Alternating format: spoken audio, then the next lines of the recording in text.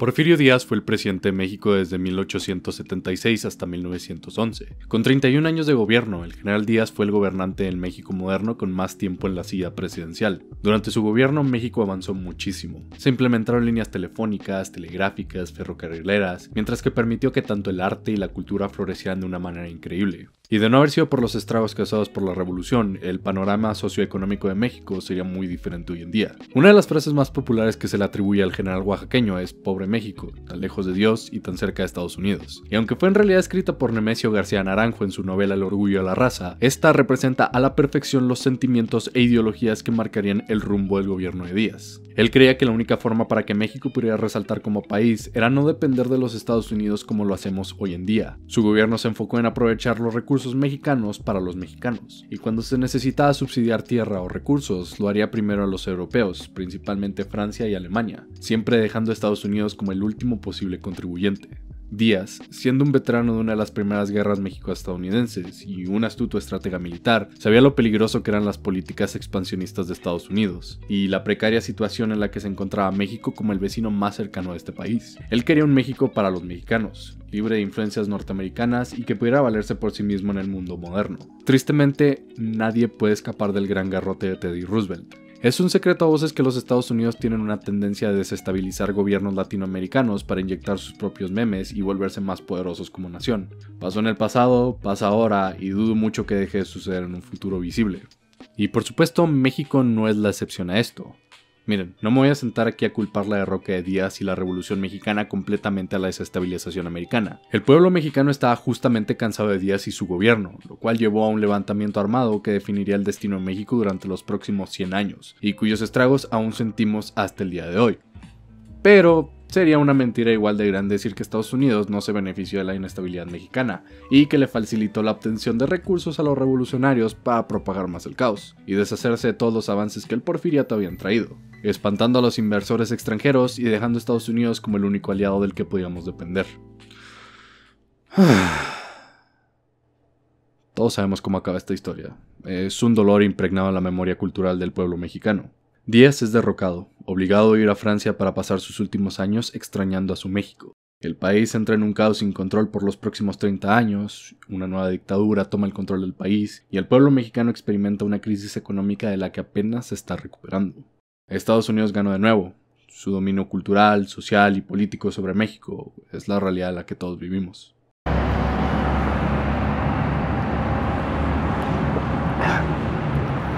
La cultura mexicana moderna está muy conectada a la cultura americana. Es algo inevitable en países vecinos, en especial en países con una historia tan complicada como la nuestra. Podría decirse incluso que la cultura mexicana está influyendo a la estadounidense de la misma manera que la nuestra la suya. Después de todo, el segundo idioma más hablado en los Estados Unidos es el español. Esto complica el ambiente político, creando una amalgama de la cultura mexicoamericana, donde tomamos lo que nos conviene y lo que nos gusta de ambas culturas para crear lo que llamamos al mexicano moderno. Esto crearía lo que yo llamo al mexicano de Schrödinger, un mexicano consciente e inconsciente de su cultura al mismo tiempo, ignorante de su historia y sabio de ella, odiándose y amándose de manera cuántica. Si quieres ver lo que hacen 50 años de imperialismo americano a los mexicanos, aquí está tu ejemplo. México y Estados Unidos tienen una relación de amor-odio, tienen una relación simbiótica, aunque estos no lo quieran admitir. Amamos y romantizamos nuestras culturas, pero nunca vamos a admitir lo mucho que nos gustamos.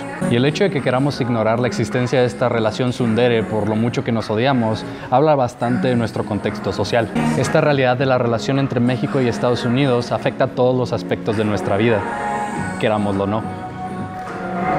Detesto el cine mexicano, es uno de los peores aspectos de nuestra cultura. No sale de comedias románticas simplonas, de la vida de gente rica o de los problemas sociales de México. Este es un problema que plaga toda la industria creativa de México. Literatura, animación, cómics, música, todos los aspectos de la creación cultural mexicana se sienten obligados a caer en estas características, como si los mexicanos no fueran capaces de hablar de otras cosas más que del estado de su sociedad o su cultura. Esto no solo limita la creatividad mexicana, sino que nos hace ver como una cultura encasillada que es incapaz de crear cosas más contemporáneas y accesibles para el público general. Es esta misma mentalidad la que ha obligado a directores mexicanos como Jorge Gutiérrez, Guillermo del Toro, Alfonso Cuarón, Iñárritu, entre otros, a huir al país de los Estados Unidos para poder realizar sus visiones. Cosas como Pacific Rim, Birdman o Hijos de Hombre nunca se hubieran creado en México simplemente porque el panorama cultural mexicano no lo permitiría existir. Pero esto no siempre fue así. Por un tiempo entre los años 30 y los años 50, México vio nacer lo que ahora se le conoce como la época del cine de oro mexicano, con producciones cinematográficas que alcanzarían reconocimiento internacional. Y mientras estas películas eran notoriamente mexicanas y seguían retratando muchas de las realidades sociales del México postrevolucionario, así como tenían unas opiniones que hoy en día están un poco anticuadas. Mi mamá decía siempre que las niñas se las debe ver y no oír. Yikes. Los temas y tropos de estas películas eran mucho más variados e imaginativos de lo que son hoy en día. Romances, comedias, películas de detectives, musicales, tenían incluso películas de ciencia ficción y fantasía. Uno de los géneros más olvidados por los creadores de contenido mexicanos era una realidad durante la época del cine de oro. Por desgracia, la recuperación económica norteamericana después de la Segunda Guerra Mundial, la normalización de la televisión personal y las fuertes crisis económicas que México sufrió después de las Olimpiadas y el Mundial lograron quitarle el momentum a la industria cinematográfica mexicana, llevándola al estado estancado y falto de imaginación en el que se encuentra hoy en día. Aquí es donde entra Coco.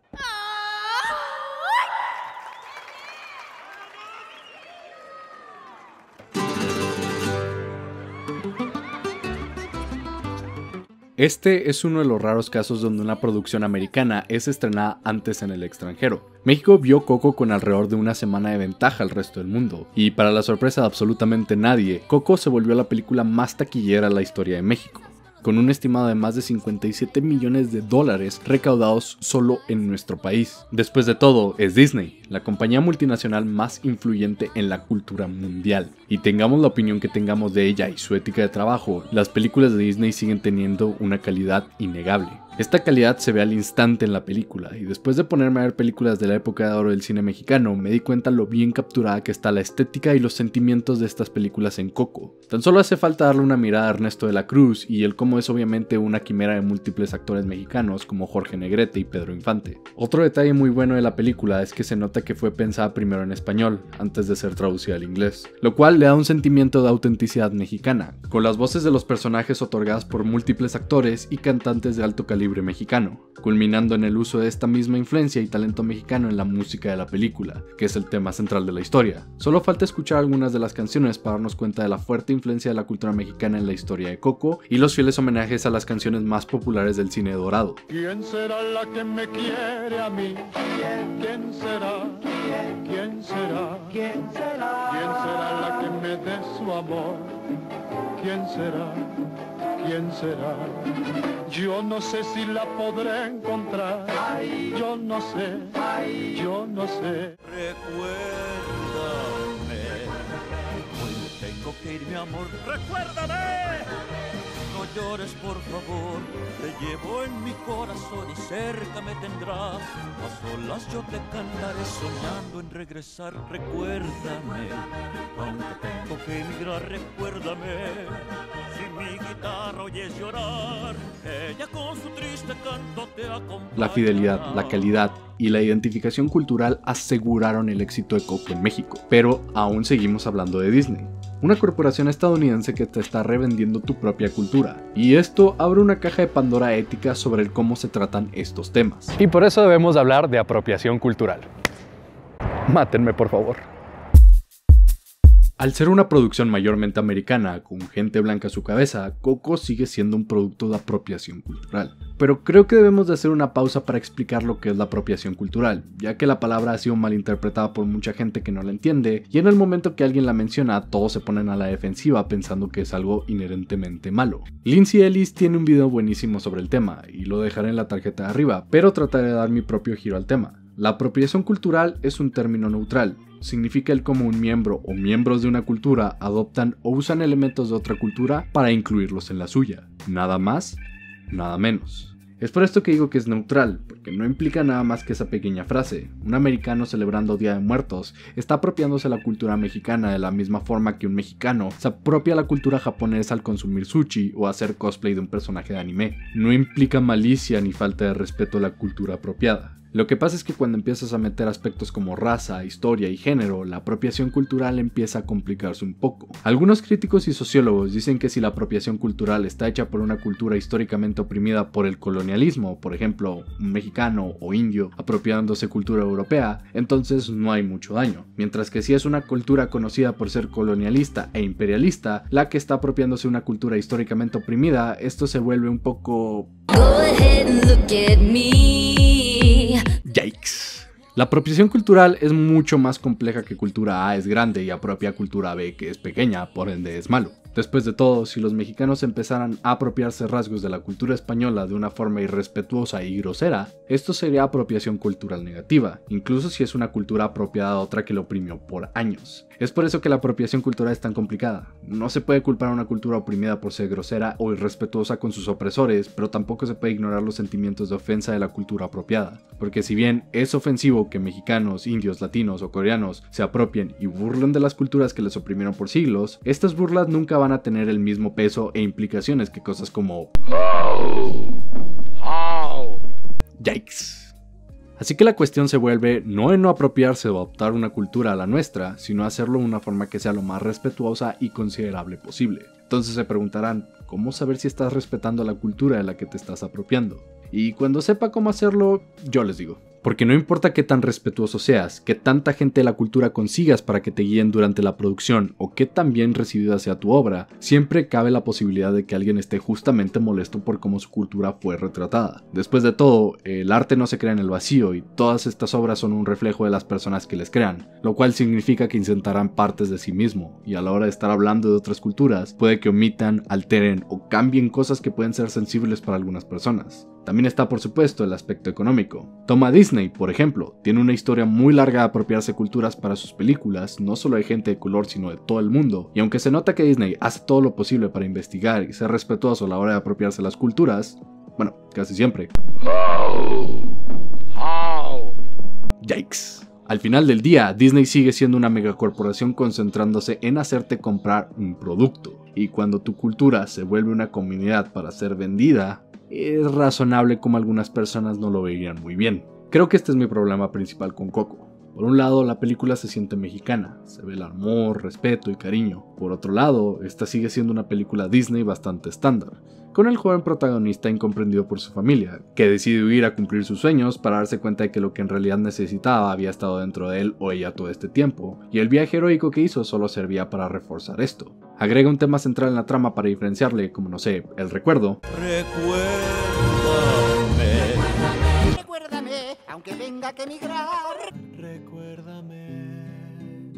Tira una lección de la importancia de la familia para amarrar y vender bien, y listo, tienes tu blockbuster del año. No estoy diciendo con esto que Coco sea mala por seguir una fórmula, sino que es interesante ver cómo Disney ha logrado descifrar la clase de fórmulas con las que le habla a los niños y adultos para que todos reaccionen de la misma manera a sus productos. Coco logra conectar con el público mexicano no solo por su trasfondo cultural y su estética, sino también porque es una buena película, y a la gente le gustan las buenas películas.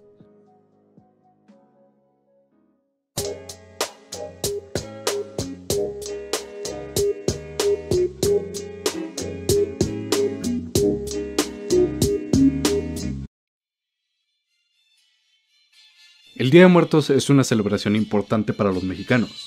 Es algo que nos distingue frente al mundo y probablemente el aspecto más reconocible de nuestra cultura. Los mexicanos adoramos el Día de Muertos. Desfiles, música, poesía, comedia, arte, todo enfocado alrededor de la muerte en su día. Esta fascinación mexicana con el Día de Muertos probablemente proviene del hecho de que los mexicanos no tienen cultura. Es decir, claro que tenemos cultura, música, comida, literatura, arte. México tiene una fuerte identidad que le hace ser México. Lo que pasa es que al ser un país joven, no existe cultura que defina al mexicano hasta hace poco menos de 200 años. Peor aún, lo que hoy en día el mundo conoce como México nació después de la Revolución. Esto no es algo único de México, todos los países de Latinoamérica e incluso Estados Unidos y Canadá sufren de esto.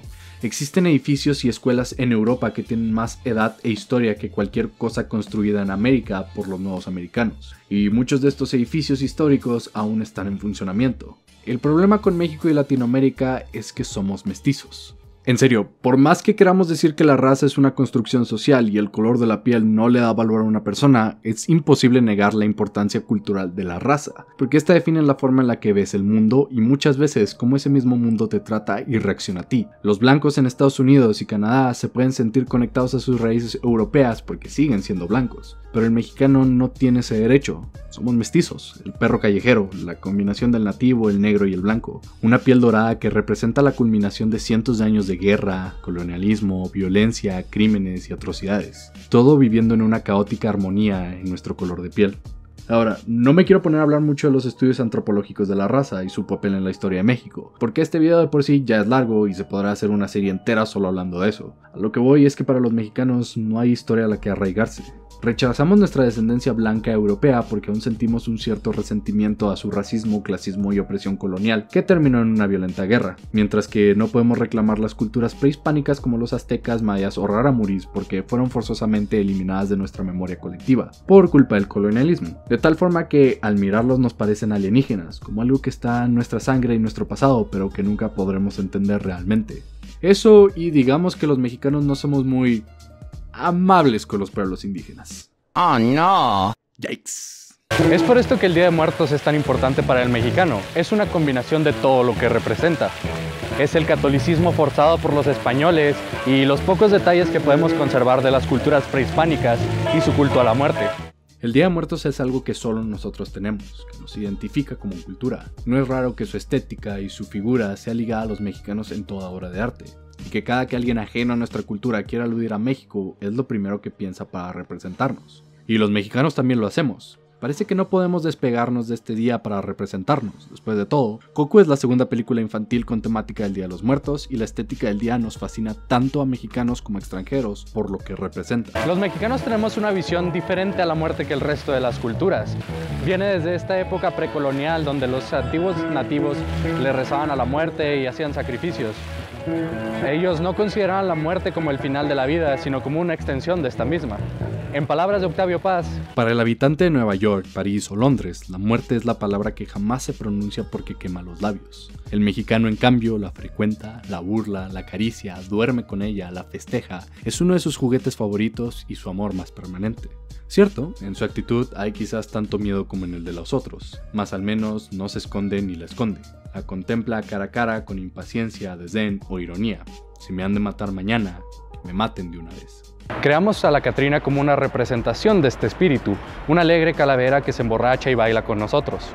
El Día de Muertos es una fiesta con la Catrina, y mientras es un momento de recordar los que ya nos dejaron, también es un momento de fiesta y diversión.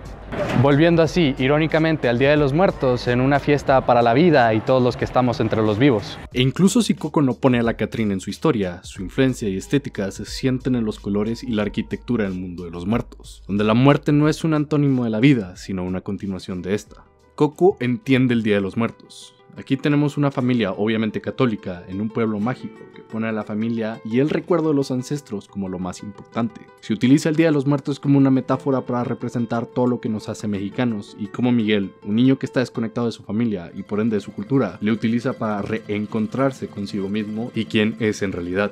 Día de los Muertos es especial, no porque es mexicano, sino porque nos conecta con la cultura que viene de nuestro pasado y nos da una identidad que poca gente puede entender.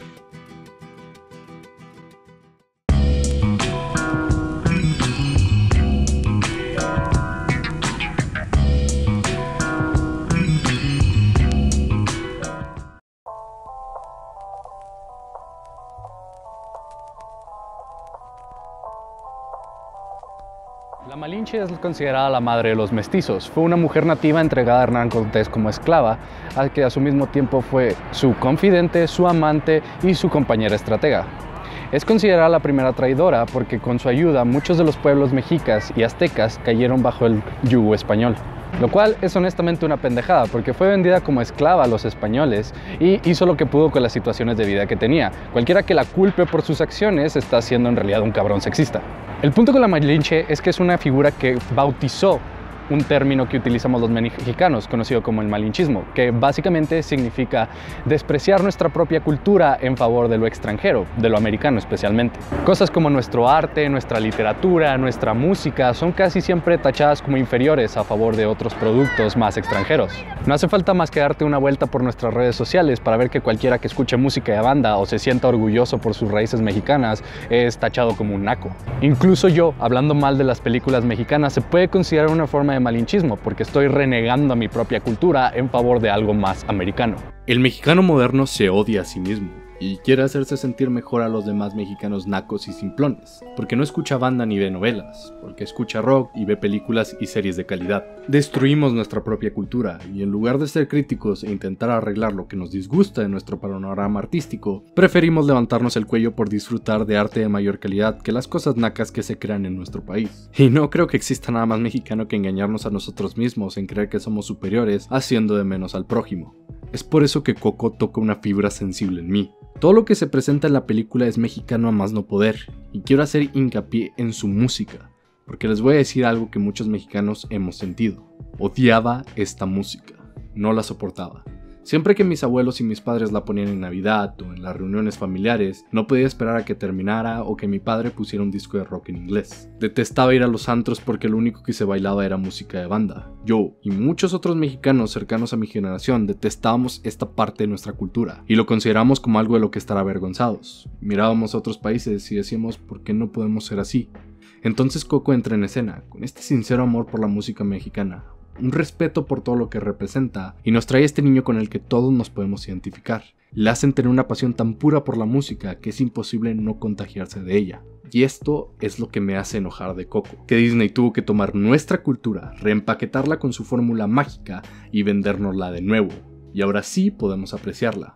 De repente, lo que toda tu vida consideraste naco ahora ya es parte de ti, y lo que te vuelve mexicano porque Disney te lo vendió de esa forma. Y no puedo estar enojado con Disney, ellos solo hacen lo que Disney siempre hace. Con el único con el que puedo enojarme es conmigo mismo, porque como buen mexicano estoy siempre dejando que la forma en la que otros me ven definan quién soy. Ha sido así desde la llegada de los españoles y seguirá siendo así por mucho tiempo.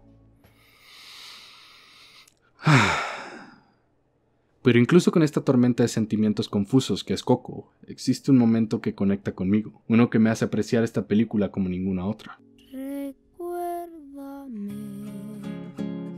Aunque tengo que emigrar, recuérdame.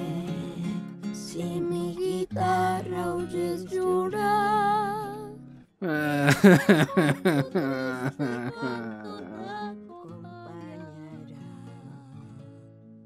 hasta que en mis brazos tú estés.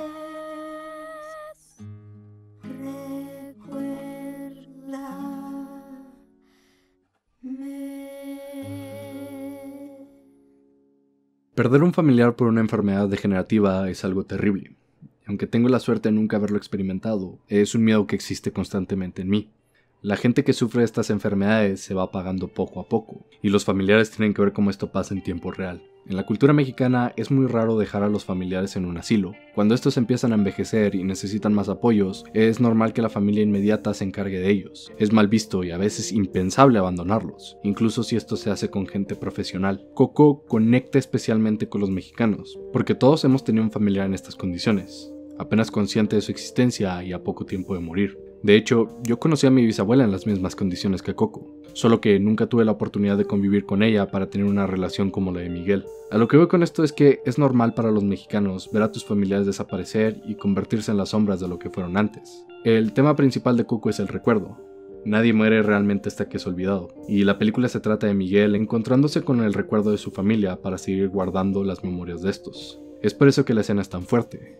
Coco no es solo la bisabuela de Miguel, ella representa su conexión olvidada con su cultura, el balance entre su amor a la música y su amor a su familia. Así que al hacerla recordar su pasado por medio de la canción, no solo está ayudando a su abuela a recuperar la memoria, está haciendo las paces consigo mismo y en el proceso de esto, ayudando a toda su familia a recordar su propia historia y dejar de rencores antiguos. No es por nada que la película acaba con toda la familia tocando música mientras siguen operando la fábrica de zapatos. En cierto modo, crearon algo completamente nuevo a partir de su herencia y su cultura olvidada, haciendo las paces con un aspecto de ellos mismos que originalmente odiaban para volverlo a reclamar como suyo después de que una fuerza exterior les hiciera ver lo mucho que este aspecto de su cultura representa para ellos. Coco ayudará a muchos niños mexicanos a crecer con la lección de que está bien aceptar tu cultura y volverla parte de ti. Pero eso no te debe evitar intentar cosas nuevas, ni odiarte por no caer en el molde puesto sobre ti por tu cultura. Y esa es una lección que vale la pena pasar. Incluso contando todos los aspectos negativos de Coco, como su comodificación de la cultura mexicana y su historia tan simple, esta sigue siendo una muy buena película. Ayudó a mucha gente, incluyéndome a mí, a reconectarse con una parte de su cultura que habíamos olvidado o simplemente que odiábamos. ¿Es realmente malo que una compañía multimillonaria americana nos tuviera que revender nuestra cultura para apreciarla? ¿Quién sabe? A mí me gustó Coco y a mis hermanas también. Lloro cada vez que veo la escena del recuerdo, así que tal vez no sea la persona adecuada para hacerle esta pregunta. Hasta el día de hoy, los restos de Porfirio Díaz siguen en Francia. Más de 100 años después de su muerte, el pueblo mexicano aún le resiente lo suficiente para negarle su último deseo, descansar en su amado México. El general Díaz no era un héroe. La clase trabajadora sufrió mucho durante su mandato, y Díaz era conocido por detener violentamente cualquier clase de oposición política. Sus políticas de dejar a los extranjeros hacer lo que quisieran en suelo mexicano dejaron tuya a la industria local, e hizo que nuestra dependencia de Estados Unidos fuera mucho más fuerte una vez esas empresas dejaron el país. En su camino para convertir a su amado México en una potencia mundial libre del yugo yanqui, Porfirio se ganó la justificada ira de los mexicanos explotados. Los libros de historia no son amables con los perdedores, y Porfirio Díaz perdió. Y ahora es recordado como el villano del cuento, un dictador opresor que dañó a su país sin posibilidad de redención.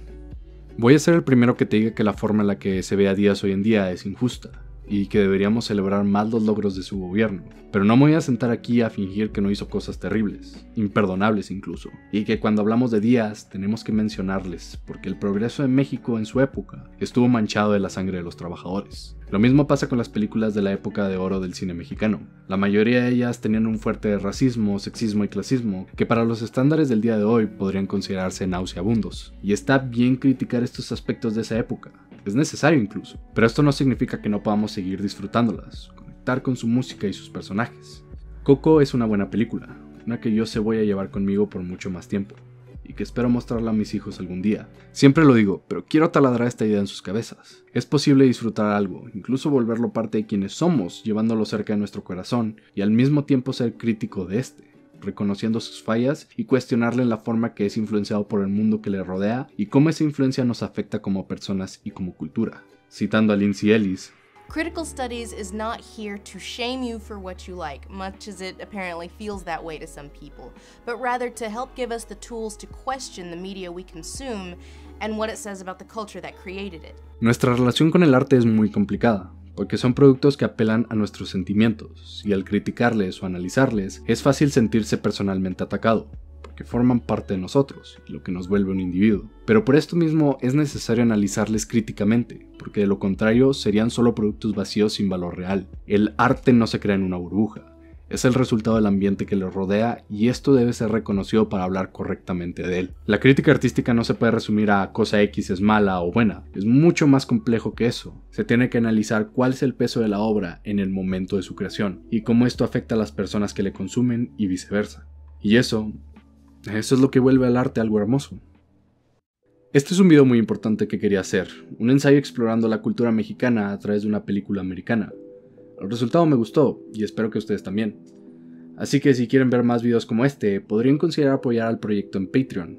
Talking Invidia es una realidad gracias a ustedes, y cualquier colaboración, por más pequeña que sea, es invaluable para seguir haciendo este proyecto. Soy su anfitrión, Dani Z, recordándoles que estoy un poco loco. Hasta la próxima.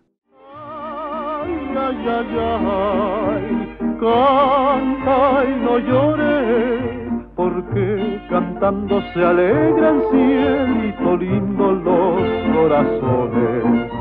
Ay, ay, ay, ay, canta y no llores.